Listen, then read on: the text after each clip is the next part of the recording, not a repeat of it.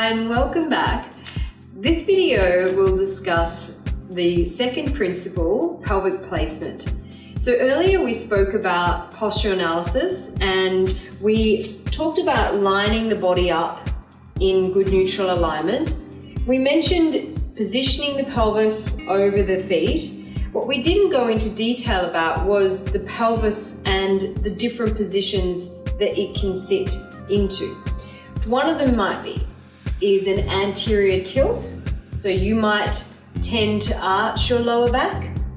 Another position might be a posterior tilt, which is a tuck of the pelvis. So how we determine this and the level of arch or tuck is by finding 3 points: the pubic bone and the hip bones. So I want you to remember what we talked about in posture analysis. The hip bones are the top bones of your hips, the furthest forward bony area. You're going to place your heels of your hands there and the fingertips on your pubic bone. So now, ideally, when you're standing side on, and remember you need your feet under your hips, like we discussed in the posture analysis, the pubic bone and the hip bones are in neutral plane or parallel alignment. So we don't want the pubic bone back further than the hip bones, which will bring you into an anterior tilt. And we don't want the pubic bone forward of the hip bones, which is your posterior tilt. We want equal alignment, pubic bone and hip bones in parallel plane. And you can check that in the mirror yourself. So making sure that you're not further back with the pubic bone or not further forward. It's a little bit hard to see in clothes sometimes, so get some tight exercise gear on so you can see, or do it in your underwear at home, and find your posture, your pelvic position. So next I want you to grab a chair and we're going to do this same movement sitting down. So when you're sitting, the same applies. We need the pubic bone and the hip bones in parallel alignment. So again, you can place your hands, fingertips on the pubic bone, heels of the hands on the hip bones, and check that you're in as parallel position as you can. So now, do a little exercise. Place your hands underneath your bottom. And so you're sitting on your hands, palms up. Ideally, you're in your neutral pelvis position, so you're sitting up nice and straight. You should feel 2 bones digging into your fingers, directly down here. They're your bottom bones, or in Pilates we call them sit bones. So I want you to notice that. And now, I want you to roll back off your sit bones. So now ideally, when you round your back and roll backwards, you're not going to feel the bones digging into your fingers anymore. This is called off your sit bones. Hopefully that's okay in your lower back. And now come on up again, so you're on your sit bones. Remember, neutral pelvis, so you're directly right up on top of those bones. They should be as pointy as they can be when you're right up on top. When you roll back, they start to roll and fade away. So you're actually ending up more on your hips. So come back up. Let's do another little exercise. Fingertips again on the pubic bone, heels of the hands on the hip bones. Now, when you roll back, notice your pubic bone is forward, hips are back.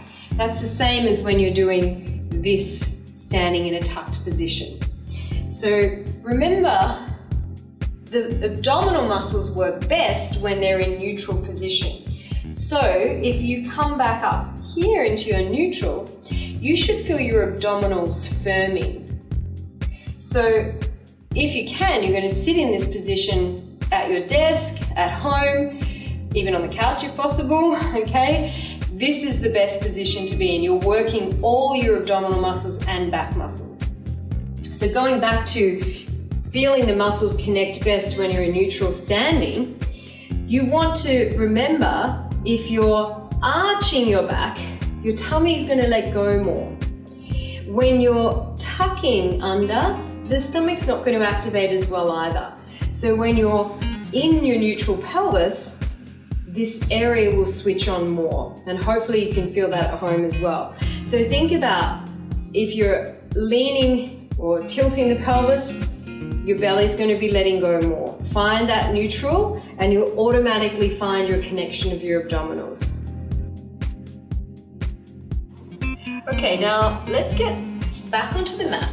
Lie down and have your feet lining up with your hips. Just like we spoke about standing and seated, we're going to talk about the pelvis position in the lying supine position. So pubic bone and hip bones are relevant points. Put your fingertips on the pubic bone, heels of the hands on the hip bones as we did earlier. And I want you to press your lower back completely into the mat.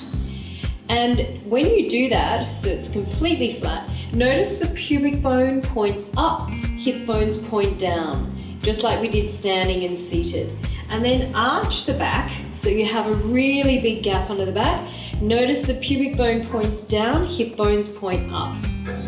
If we had your favorite beverage balancing on your pelvis, when you flatten your back, the beverage would spill on your tummy, and when you arch the back, the beverage would spill in between your knees.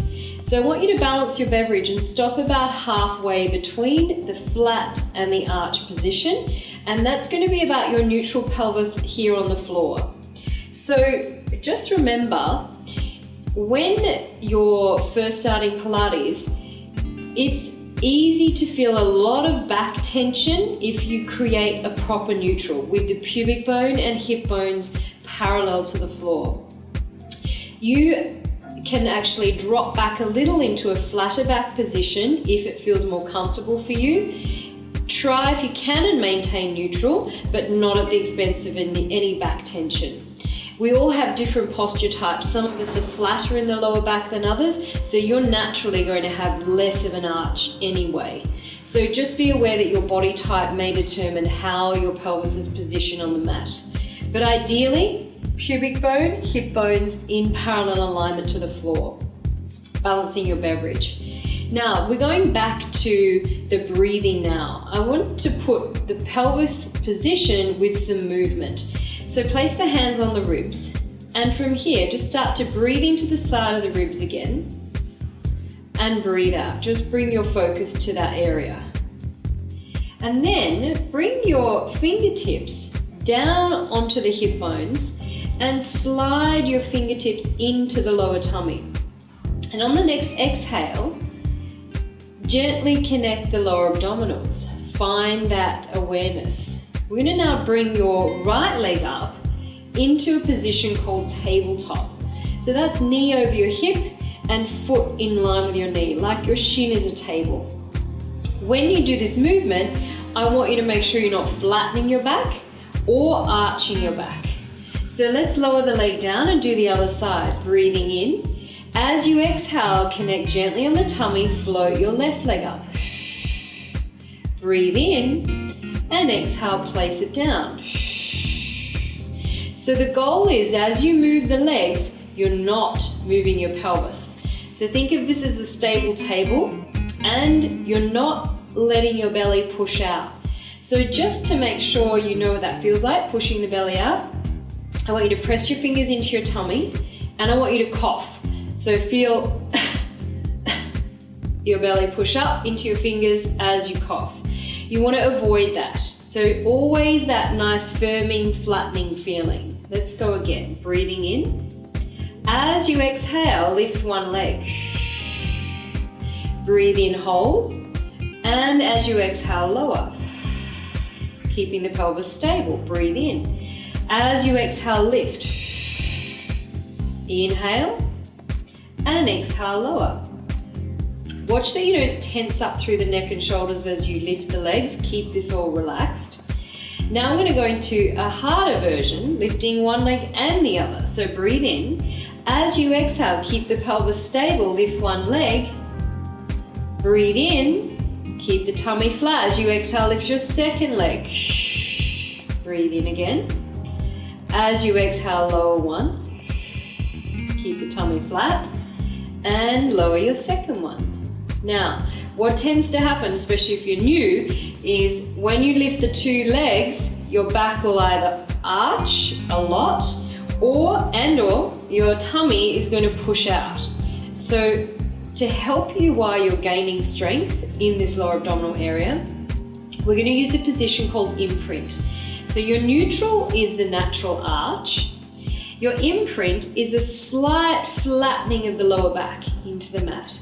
So I want you to think that you have a little grape under the lower section of your back, and when you flatten the back, it's not squashing the grape, it's just a gentle bit of pressure on the grape. The way we do this is not by using the glutes. I want you to put your fingertips on your hip bones and your thumbs on your bottom rib. So these are the 2 points I want you to bring closer together. So think about your hips drawing to your ribs and these 2 points shorten closer together. So you're actually using your oblique muscles on the sides to help hold you, not just your lower tummy now. So breathe in. As you exhale, put a little pressure on that grape and squeeze a little into the side of the oblique muscles. Inhale, release. Exhale, shorten that distance, tilt the pelvis, but keep your bottom relaxed. Inhale, release. If you put your fingers in the side of the tummy, you might feel as you flatten your back, those obliques start to firm up. Okay, so we're going to go into the second level where the legs come up, but this time keep an imprinted spine. So gently imprint, put your fingers on your lower tummy, make sure nothing's popping up. Keep your rib to hip connection. Breathe in. As you exhale, lift one leg up. Try and keep pressure on that grape. Breathe in. Exhale, bring your second leg up. Nothing moves, remember? Keep the same pressure on the back. Breathe in. Exhale, left one goes down, Breathe in. And exhale, second leg down. And then you can release back to neutral. So use your imprint anytime you bring your legs in the air when you're first starting out to help you support the lower back and the lower abdominals. So when the legs go up, remember, ideally you're not letting the belly go or you're not arching the back. So the imprint is going to help you hold that. Another way just to think about keeping your imprint, when we bring legs to tabletop, knee comes to above the hip. But just to help you find imprint, when your legs are up, you can bring your knees towards your chest slightly, and that's going to give you that gentle pressure into the mat with the lower back. So hopefully that will help you in your practice. Carefully come on up. And you can practice that exercise at home for your homework. This is the foundation of the Pilates. So once you get your breathing and your abdominal connection working together, the next level is adding movement. So the leg lifts, and you can just start with one at a time, it's fine. The leg lifts without letting the belly go is actually what you're going to bring into all your exercises. Keeping that core control and abdominal connection and stability of the pelvis. So practice that, and if you have any questions, please let me know, and I'll see you soon again for the principle number 3 on the mat. Thank you.